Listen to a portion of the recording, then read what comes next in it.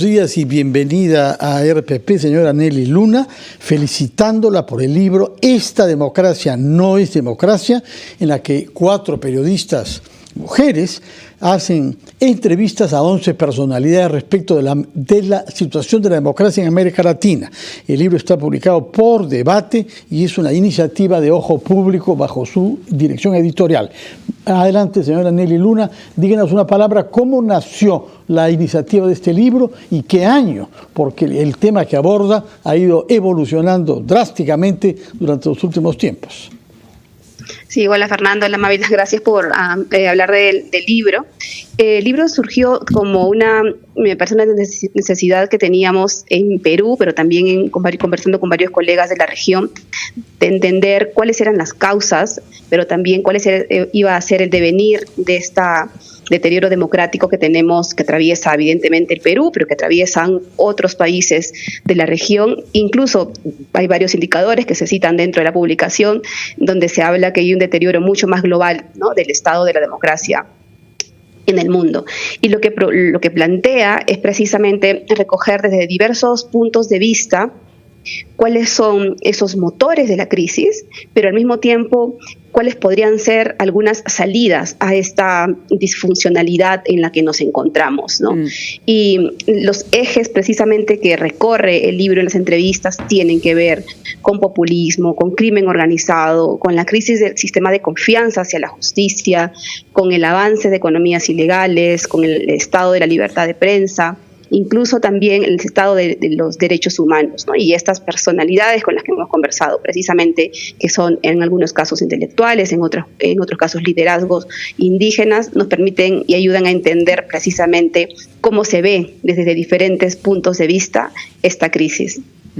Ahora, ustedes parten de un análisis, este es un tema que hemos venido abordando también con distintos entrevistados, pero a raíz de estas conversaciones, ¿cuál dirían ustedes es el factor más decisivo en el avance de este populismo autoritario, en el avance de la desinformación, que ha llevado a un punto crítico al sistema democrático? Porque no estamos hablando de amenazas únicamente, sino de una crisis que, como tú bien defines, no es una crisis ni es un fenómeno exclusivo de nuestro país, lo estamos viendo a nivel global.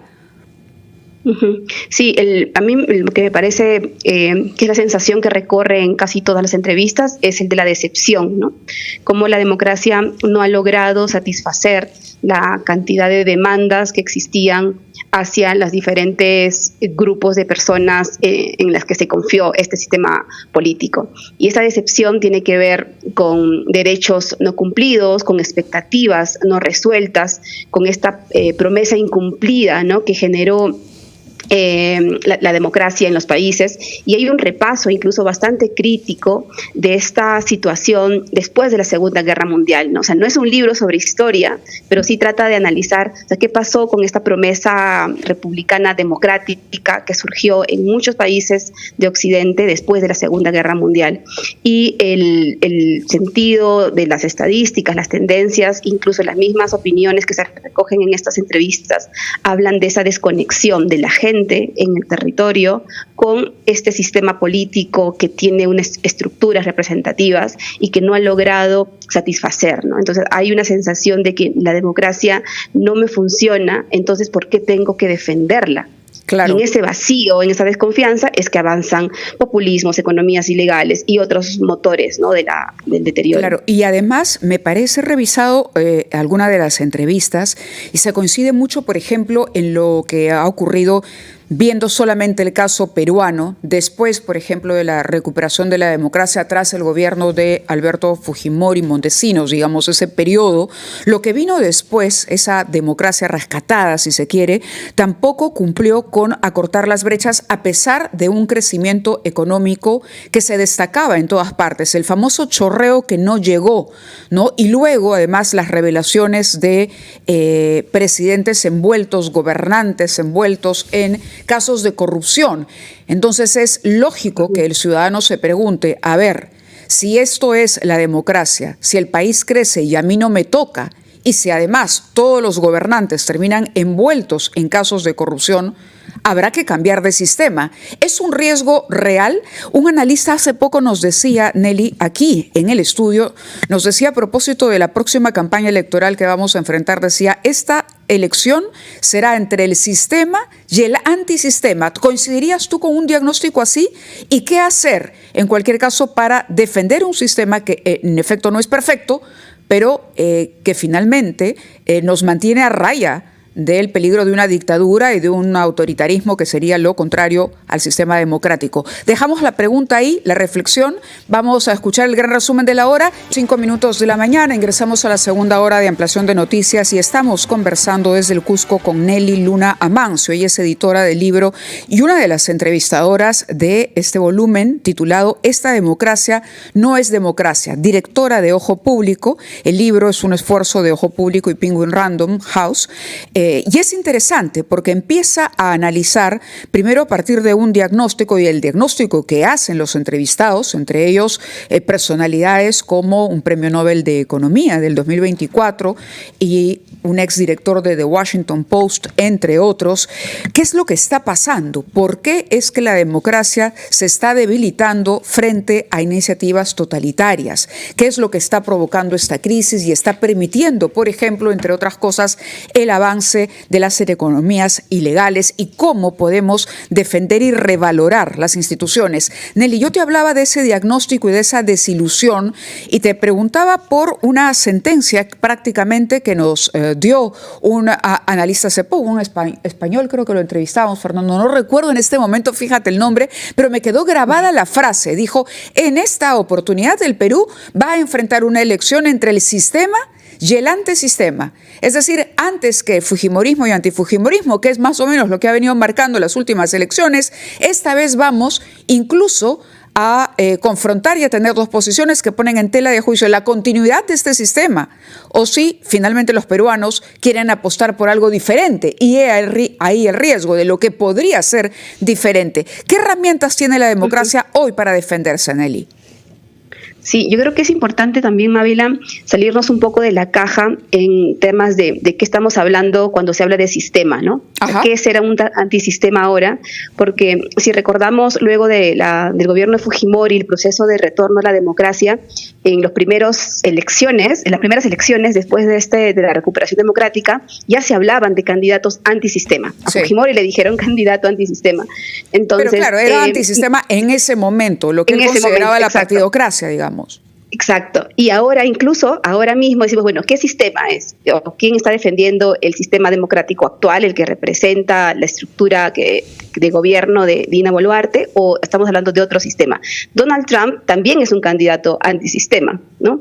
Lo que a mí me parece importante y es parte también de la reflexión que ayudan estos personajes a entender es que la democracia tal como la conocemos, tal como la conocíamos, ya no es la democracia actual. Incluso Hugo Moreno Campo, que fue el juez que lideró el proceso contra la dictadura militar en Argentina, hace un análisis en la entrevista y dice que estamos intentando defender una institucionalidad democrática para un mundo que ya no es el mundo que se había construido hace 5 décadas, ¿no? Entonces, sí es importante, él habla de innovar también en las reformas políticas, en la forma en la que se hace justicia para frenar el avance de economías ilegales, pero también para mejorar las formas de representación. Y Janine Abuel, por ejemplo, dice, ¿por qué no estamos hablando en las reformas políticas de nuevas formas de elección de estos candidatos que nos representan? Entonces, sí me parece como que es mucho más complejo, obviamente, claro, el análisis que ellos hacen, pero en las elecciones que se vienen ahora en Perú, bueno, en Colombia, en Chile, en los próximos meses, me parece que lo que va a tratar de hacer las campañas, o va a distorsionar el discurso en campañas, es el papel de las redes sociales, ¿no? Estamos en un momento bastante crítico donde el discurso político se ha llevado a un espacio digital que está secuestrado con algoritmos que promueven precisamente la confrontación, el odio, y eso está distorsionando el debate, como ya lo ha hecho en elecciones previas, y ahora lo que las tendencias digitales señalan es que va a ser mucho más agresivo por los niveles de desinformación, pero también porque la gente está agotada. O sea, las personas están agotadas luego de un proceso pandémico como el que tuvimos hace unos años, y el consumo de información pública incluso se ha reducido. El riesgo está entonces cómo estos candidatos que pueden tener cortes autoritarios o populistas utilizan este tipo de ecosistema digital para beneficiarse en esa confrontación, atacando a sus opositores políticos y al mismo tiempo destruyendo la opinión pública informada.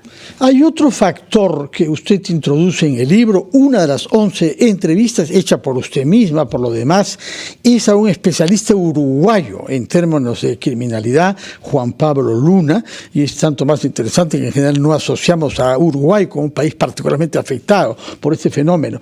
Y la tesis básica es: hay muchos sectores sociales que si no ven una solución a los problemas que ellos enfrentan con la extorsión y el sicariato, se orientan al autoritarismo. Y lo vemos claramente con la simpatía que en muchos sectores hay hacia el presidente de El Salvador. Díganos una palabra sobre su entrevista con Juan Pablo Luna, por favor, al que no conocíamos hasta ahora, razón por la que le agradezco habérmelo hecho familiar.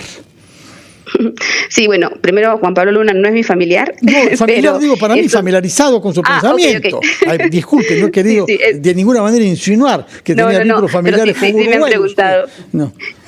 Juan Pablo Luna es uno de los investigadores de los que están siguiendo y monitoreando el avance criminal en Latinoamérica más destacados junto a otros, por supuesto, pero él ha hecho mucho trabajo en Chile, entonces él conoce muy bien, siendo uruguayo, la dinámica criminal que está acechando Chile, conoce la realidad peruana y también colombiana.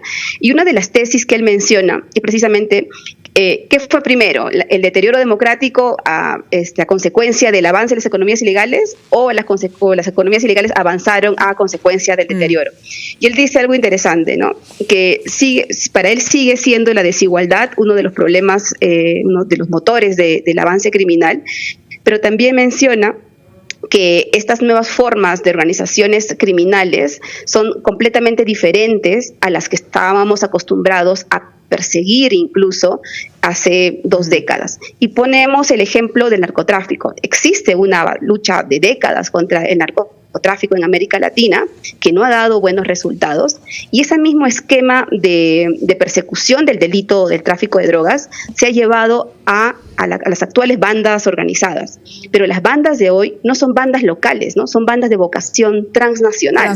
Como las de sí, como el Comando Vermelo, como el PCC, Nelly, como Comando de Frontera, ¿no? No quería que el tiempo nos gane, ya debemos ir terminando la entrevista por una cuestión de tiempo, sin rescatar declaraciones de Martín Barón, exdirector de Washington Post, quien habla sobre el rol de la prensa, porque me parece pertinente decir sobre lo que toca, ¿no?, a los periodistas en esta ofensiva de grupos extremistas. Y cito las declaraciones suyas, dice: los periodistas no estamos en guerra, estamos trabajando. Eso significa que tenemos que concentrarnos en nuestro oficio, pedir cuentas a los poderosos y obtener y proporcionar información que el público merece y necesita. Esa es la misión del periodismo, así que deberíamos centrarnos en ella en lugar de convertirnos en guerreros o combatientes, porque será una encerrona para nuestra profesión. Me parece interesante porque el rol de la prensa, de los medios de comunicación, frente a esta avalancha de mensajes en las redes sociales es fundamental,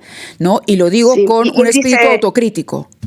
Sí, incluso él mismo en la misma entrevista dice que los medios no debemos por qué convertirnos en partidos de oposición, ¿no? Y eso es fundamental en este contexto del que hablábamos, donde hay mucho ruido, pero también mucha confrontación. Entonces, el llamado es precisamente a volver a las raíces del periodismo que informa. Y una cosa fundamental es que también el contexto no ayuda, ¿no? Porque nuevamente las redes, el modelo de negocio digital como se está diseñando, promueve esa confrontación y quien más grita, más gana. Y él hace ese hincapié en la necesidad de, por eso, seguir priorizando el rigor, seguir priorizando el valor informativo de las noticias, y solo una última cosa, en entender que las demandas de las personas muchas veces no son ideológicas, ¿no? Son demandas genuinas, dudas genuinas que tienen hacia las formas de representación y entre el sistema político mismo. Muchas gracias, Nelly. Quedan pendientes otras preguntas que será para la próxima vez. En particular, quería que nos explique la teoría del capitalismo expansionista que usted cita del sociólogo alemán, que es la gran referencia intelectual del libro, me parece, Klaus Dörre. Pero será para una conversación más larga. Gracias y quizás nos veamos en el Cusco, estoy viendo mañana, así que quizás podemos conversar ahí. En todo caso, gracias por su presencia en RPP hoy. Hemos recibido, entre tanto, porque son las 9:15, a nuestro amigo Rolando Arellano.